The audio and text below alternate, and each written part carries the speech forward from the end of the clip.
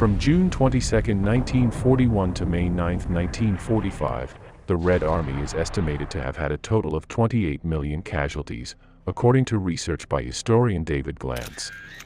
Of these 28 million, it is estimated that 10 of them were killed in combat and the remaining 18 million were wounded and taken prisoner. In any case, what is clear is that these figures are completely exorbitant, taking into account that all of them were on the Eastern Front, in the combats that the Soviet Union had with Germany and its allies. On the other hand, the Germans had about 8 million type casualties, to which can be added another million suffered by their allies, among which the Romanian, Italian, Finnish or Hungarian armies stand out. In any case, after subtracting the casualties that Germany had on the Western Front, the figure is reduced to 6,200,000, these being the casualties that the German army had against the Soviets.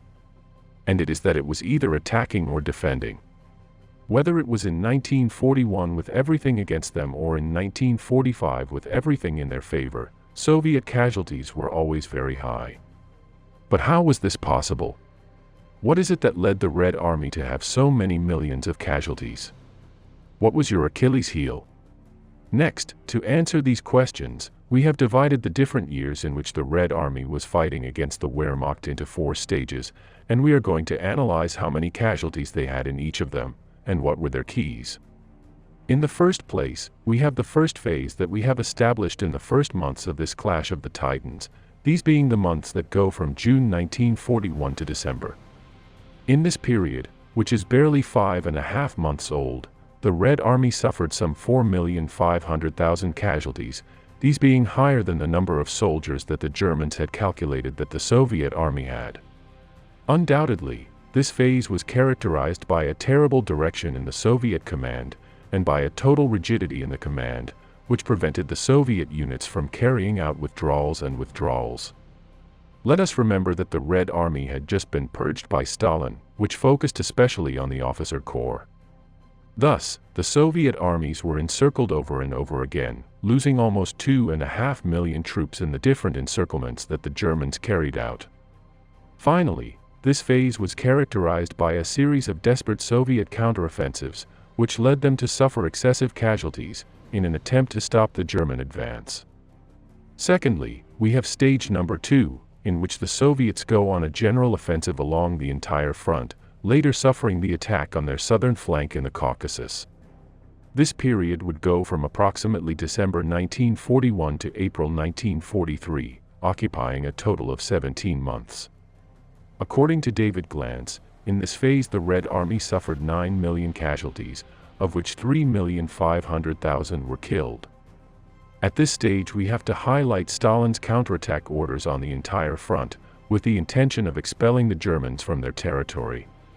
In the first place there were the offensives that began in November in the vicinity of Rostov, and continued in December in Moscow and Leningrad.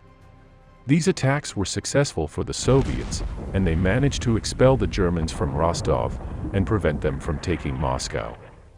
However, they did not achieve the objective of provoking a total defeat or driving them back to outside their territory.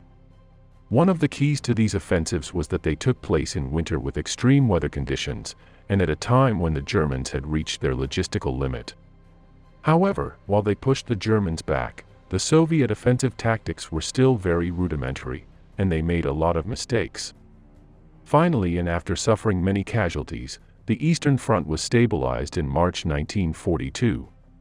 Subsequently, the Soviets launched an attack on Kharkov in May of that same year, where it was shown that they still had a lot to learn, and ended up with most of their troops surrounded by the Germans. Then, at the end of June 1942, the Germans began Operation Blue, again advancing hundreds of kilometers into the Caucasus. It was here that things began to change, and the Red Army was not so rigid and inflexible. So, after stopping the Germans at Stalingrad and in the Caucasus, they again moved into a massive counterattack along the entire front. However, of the 4 major operations they launched that winter, only the Uranus and Saturn operations went well, ultimately suffering defeat with Manstein's counteroffensive at Kharkov.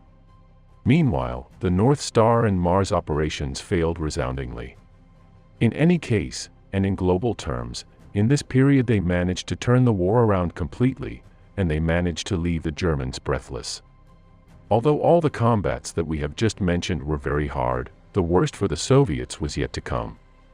These occurred specifically during the months from July 1943 to June 1944, before starting the Bagration operation. And it is that during this third period of just 12 months, the Red Army once again suffered another 8,500,000 casualties, 2 million of them due to deaths. It was here that major battles were fought in which the Soviets made virtually no tactical errors as in previous years, although they were still fighting a very capable German army. Battles like Kursk, the end of the siege of Leningrad, or the crossing of the Dnieper and the subsequent advance towards Romania and the Carpathians marked this stage. As we have said, they were combats in which the German army was still powerful, and sold every meter of the front dearly. Thus, these high casualties are the result of numerous offensives along the entire eastern front line, in which, with the exception of the Soviet counterattack at Orel, Kursk, and the Donetsk Basin, the Soviets attacked a German army that was to the defensive. And finally we have the last stage, in which the Soviets attacked a German army, which was already fighting hard on the Western Front in France, and on the Italian, and which had already lost most of its capacity over the previous years. Although we may think that this last stage in which the Germans were already close to being defeated was easy for the Soviets, the number of casualties suffered is again very high, and this time they have less justification than ever. And it is that in total, another 6 million Soviets caused loss during these last 11 months, being of them 1,200,000 deaths. The main battles of this phase were those that occurred during Operation Bagration, the Courland Pocket, the conquest of Romania, Hungary, and the Czech Republic, the Vistula-Oder offensive, and the final crossing of the latter river and the immediate Battle of Berlin. Without a doubt, there were many battles, in which the Soviets assaulted German defensive positions, which they were able to break through with relative ease, due to the weakness of the last German armies and their precarious situation.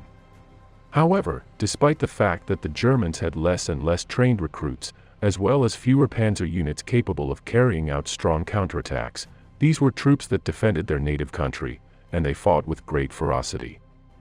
On the other hand, the Soviets raised many of these offensives in an accelerated manner, and in a certain hurry to reach Berlin before their Western allies.